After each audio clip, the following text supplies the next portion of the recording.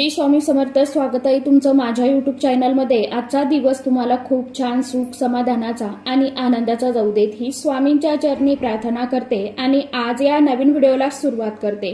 तर बघा मित्रमैत्रिणींनो, आज 16 फेब्रुवारी वार सोमवार आणि आजचा दिवस हा अतिशय अत्यंत खूप खास आणि तितकाच प्रभावी आहे. वर्षातून अनेक अमावस्या तिथी ज्या आहेत तर त्या येत असतात, परंतु काही अमावस्या तिथी ह्या अशा असतात की त्या आपल्या नशिबाचा प्रवाहच बदलून टाकू शकतात. आता आज तसाच दिवस आहे. जर तुमच्या घरामध्ये पैसा येतो परंतु तो टिकत नाही, काही कामे होत नाहीत, त्याचबरोबर वारंवार घरामध्ये वाद, भांडणे, क्लेश, अडचणी, अडथळे निर्माण होतात किंवा मुलांच्या प्रगतीत काहीतरी अज्ञात अडथळा सामावतो, तर हा अतिशय अत्यंत प्रभावशाली उपाय मी तुमच्या बरोबर शेअर करणार आहे. हा उपाय तुमच्यासाठी अतिशय अत्यंत महत्वाचा आहे, कारण की आज आहे सोमवती अमावस्या. शास्त्रामध्ये या दिवसाचं वर्णन अतिशय अत्यंत शक्तिशाली, पितरांना प्रिय आणि लक्ष्मीसाठी अनुकूल असं मानलं जातं. त्यामुळे तुम्ही हा व्हिडिओ स्किप न करता शेवटपर्यंत नक्की बघा, म्हणजेच का तुम्हाला सर्व माहिती सविस्तरपणे समजेल. कारण की मध्येच एक अशी गोष्ट सांगणार आहे की जी बहुतेक लोक करत नाहीत आणि त्यामुळेच त्यांना पूर्ण फळ जे आहे ना तर ते लाभत नाही. धर्मशास्त्रानुसार अमावस्या ही पितरांची तिथी मानली जाते. असं मानलं जातं की दिवशी आपल्या पूर्वजांच्या सूक्ष्म लहरी पृथ्वी तलावरती अधिक सक्रिय झालेल्या असतात. म्हणूनच या दिवशी तर्पण, पिंडदान, श्राद्ध विशेष सेवा महत्वाच्या आहेत. दर महिन्याला प्रत्येकाला सर्व विधी करणं शक्य होत नाही, परंतु किमान सोमवारी आलेली अमावस्या आपण दुर्लक्षित कधीच करू नये, कारण सोम म्हणजे भगवान शिवशंकराचा दिवस आणि अमावस्या ही पितरांची, म्हणजेच या दिवशी शिवतत्व आणि पितृतत्व यांचा खास विशेष संयोग जो आहे तर तो जुळून आलेला असतो. जेव्हा पितर प्रसन्न असतात त्यावेळी घरातील अडचणी, अडथळे आपोआपच दूर होऊ लागतात. पितृदोष, अनपेक्षित खर्च, वारंवार आजारपण, मुलांच्या शिक्षणातील अडथळे हे सर्व अनेक वेळा पितृशांततेमुळे वाढत असते असं देखील मानलं जाते. तुम्ही स्वतःला एक प्रश्न विचारा, घरात काही ना काही कारणाने तणाव असतो का? नवरा बायकोमध्ये छोट्या छोट्या गोष्टीवरून वादविवाद, भांडणे होतात का? मुलांचं अभ्यासामध्ये लक्ष लागत नाहीये का? कष्ट करूनही अपेक्षित यश, फळ जे आहे तर तुमच्या कष्टाला मिळत नाहीये का? जर यापैकी एक जरी गोष्ट असेल तर आजचा उपाय तुमच्यासाठी खास करून आहे, कारण अमावस्या ही लक्ष्मी प्राप्तीसाठी देखील अतिशय अत्यंत महत्वाची मानली जाते. आपण दिवाळीमध्ये लक्ष्मी पूजन अमावस्येलाच करतो, बरोबर? यावरूनच समजते की अमावस्येची रात्र ही लक्ष्मी तत्वाला आकर्षित करणारी असते. परंतु एक गोष्ट लक्षात घ्यायची आहे, लक्ष्मी येण्यासाठी फक्त पैसा कमावणे पुरेसं नसते, तर घरातील नकारात्मक ऊर्जा, वास्तुदोष, पितृदोष किंवा मग नजरबाधा यांचा परिणाम असेल तर माता लक्ष्मी घरामध्ये स्थिर राहत नाही. पैसा येतोय परंतु तो निघून जातोय. म्हणूनच आज संध्याकाळी एक विशेष सेवा उपाय जो आहे तर तो आपल्याला घरामध्ये आवर्जून करायचा आहे. कापुरासोबत काही वस्तू ज्या आहेत तर त्या आवर्जून जाळायच्या आहे. आता ह्या कोणत्या वस्तू असणार आहे, कशा पद्धतीने आपल्याला हा उपाय करायचा आहे, म्हणजे या केलेल्या सेवेचं, उपायाचं फळ आपल्याला प्राप्त होणार आहे. म्हणूनच याविषयीची संपूर्ण माहिती आजच्या या नवीन व्हिडिओमध्ये मी तुमच्या बरोबर शेअर करणार आहे. त्यामुळे तुम्ही हा व्हिडिओ स्किप न करता शेवटपर्यंत नक्की बघा. चॅनलवरती तुम्ही जर हा व्हिडिओ पहिल्यांदा बघत असाल तर चॅनलला आवर्जून सबस्क्राईब करा आणि असेच नवनवीन माहितीपूर्ण व्हिडिओ बघण्यासाठी समोरील बेल आयकॉनलाही प्रेस करा.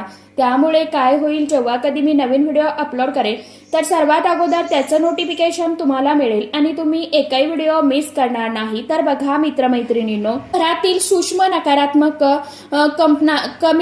कमी होतात आणि सकारात्मक शक्ती सक्रिय होतात असं सांगितलं जातं. हा उपाय अतिशय अत्यंत सोपा आहे. कोणत्याही मोठ्या खर्चाची आपल्याला गरज नाही, फारशा काही वस्तू लागणार नाही, परंतु श्रद्धा, एकाग्रता आणि योग्य वेळ या 3 गोष्टी अतिशय अत्यंत महत्वाच्या आहेत. आणि हो, या उपायात आपण कापूर वापरणार आहोत. कापूर का तर कारण कापूर जाळताना तो पूर्णपणे नष्ट होतो, राखही उरत नाही. त्यामुळे तो अहंकार, नकारात्मकता, अदृश्य दोष नष्ट करण्याचं प्रतीक मानला जातो. त्यांचा सुगंध आणि धूर वातावरण शुद्ध करत असतं असं देखील मानलं जातं. परंतु फक्त कापूर जाळणं पुरेसं नाही, एक विशिष्ट वस्तू देखील आपल्याला या कापुरासोबत वापरायची आहे. ती कोणती वस्तू, किती प्रमाणात आणि नेमक्या कोणत्या वेळेमध्ये वापरायची आहे हे देखील तुम्हाला व्हिडिओमध्ये मी सांगणारच आहे. त्यामुळे व्हिडिओ स्किप करू नका, संपूर्ण बघा, म्हणजे तुम्हाला त्या उपायांचा फायदा जो आहे तर तो जाणवायला सुरुवात होईल. संध्याकाळी करायचा आहे आपल्याला हा उपाय. साधारणपणे सायंकाळी 6 वाजल्यापासून रात्री तुम्ही 12 वाजेपर्यंत या वेळेमध्ये तुम्ही हा उपाय कधीही करू शकता. पण जर तुम्हाला शक्य असेल तर 9, 9:30 या वेळेमध्ये जास्तीत जास्त हा उपाय करण्याचा प्रयत्न करा. कारण की तिन्ही सांजेची वेळ असते. दिवस आणि रात्र यांच्यामधली ही अवस्था अतिशय संवेदनशील आणि शक्तिशाली मानली जाते. म्हणूनच या वेळेत घरामध्ये सकारात्मक लहरी अधिक सक्रिय झालेल्या असतात. लक्ष्मी तत्व या वेळेत घरामध्ये प्रवेश करते असं देखील मानलं जातं. जर काही कारणास्तव तुम्हाला 9, 9:30 पर्यंत जर नाही शक्य झालं तर मग काळजी करू नका, पण प्रयत्न करा की मध्यरात्रीपूर्वी हा उपाय तुम्ही पूर्ण करावा. अमावस्येच्या काळातच तो करणं अधिक फलदायी मानला जातो. उपाय करण्यापूर्वी घाई, गडबड, गोंधळ करू नका. मन शांत ठेवा, शांत चित्तेने उपाय करा. आधी घरातील वातावरण प्रसन्न करा, म्हणजेच देवघरामध्ये तेलाचा, तुपाचा दिवा लावा, धूप लावा, अगरबत्ती लावा. मुख्य दरवाजा आपला थोडा वेळासाठी उघडा ठेवा, खिडक्या उघड्या ठेवा, कारण ऊर्जा नेहमी प्रवेशद्वारातूनच येते. जेव्हा आपण सकारात्मक कंपन सक्रिय करतो मार्ग मोकळा असावा, म्हणून मुख्य दरवाजावरती काही वेळ हा उघडा ठेवणं गरजेचं आहे. या उपायासाठी तुम्हाला पुढील वस्तू लागणार आहे.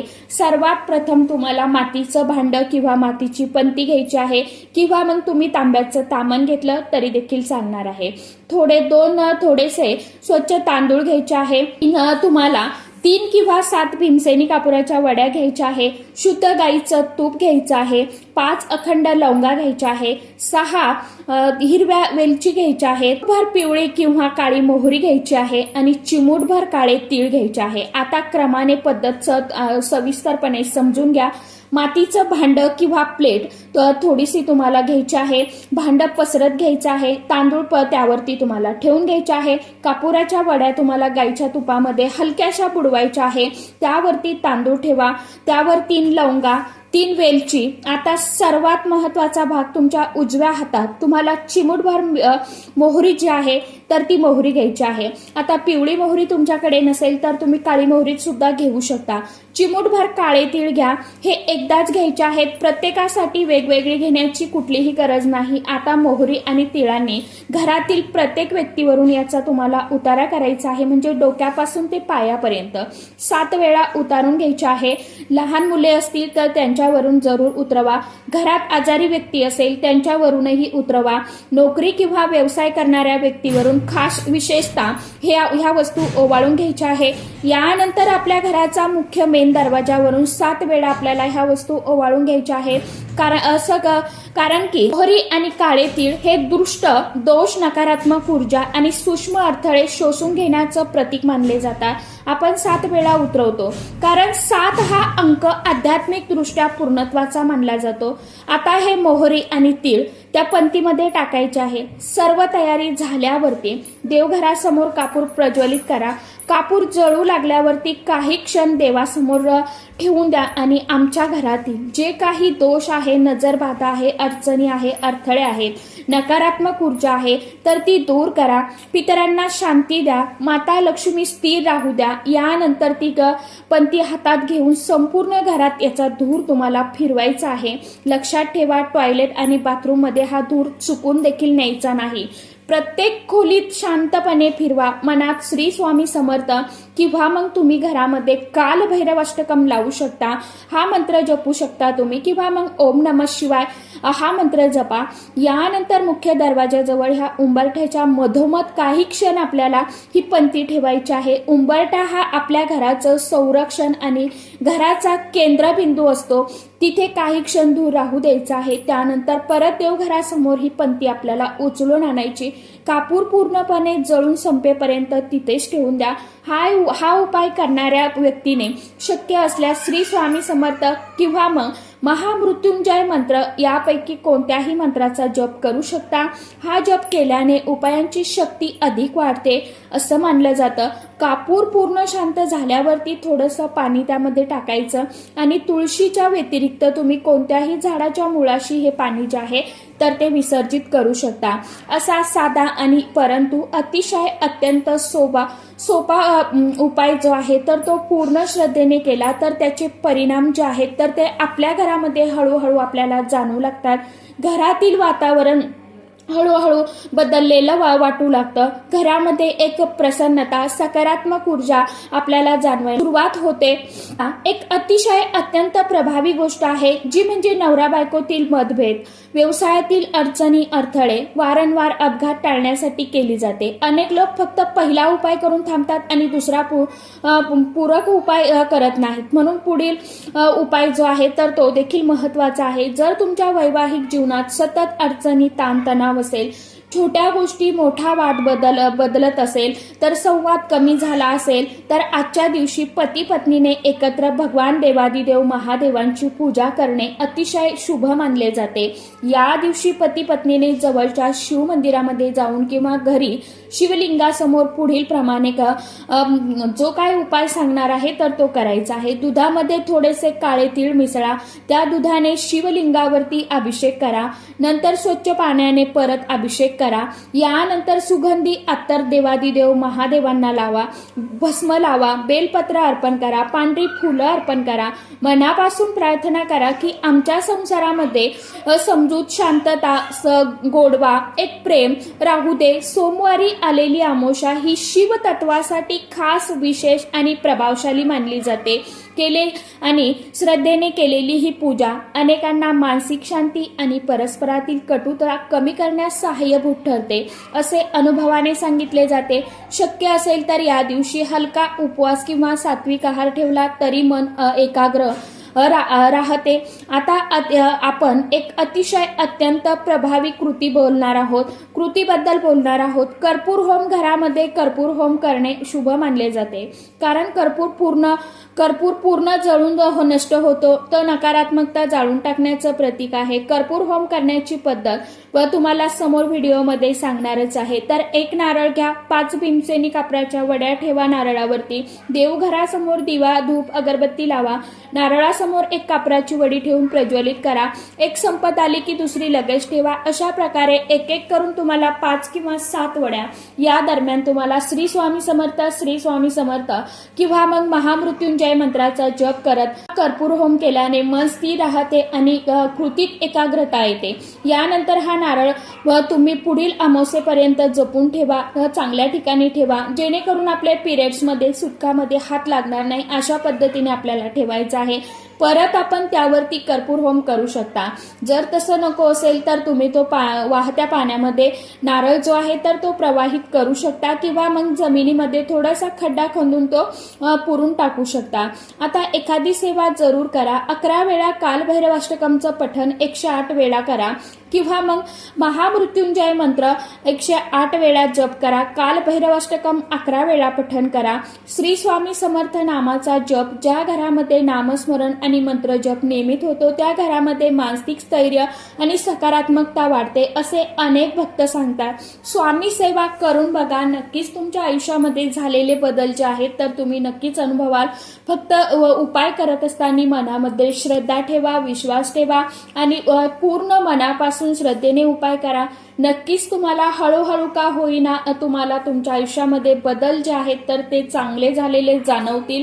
फक्त मनापासून सेवा करणं आणि मनापासून विश्वासानं निस्सीम भक्ती करणं गरजेचं आहे। नक्कीच आपल्या जीवनामध्ये एक दिवस का होईना सुख शांती जी आहे तर ती आपल्याला लाभतच असते आणि आपल्या आयुष्यामधले ज्या काही अडचणी अडथळे आहेत तर ते नक्कीच भगवंताच्या कृपेने दूर होतात.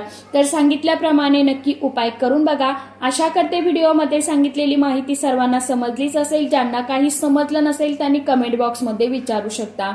तर चला, आजच्या व्हिडिओमध्ये इतकीच माहिती होती. कशी वाटली नक्की सांगा. व्हिडिओ आवडला तर चॅनलला आवर्जून लाईक, शेअर, सबस्क्राईब जरूर करा.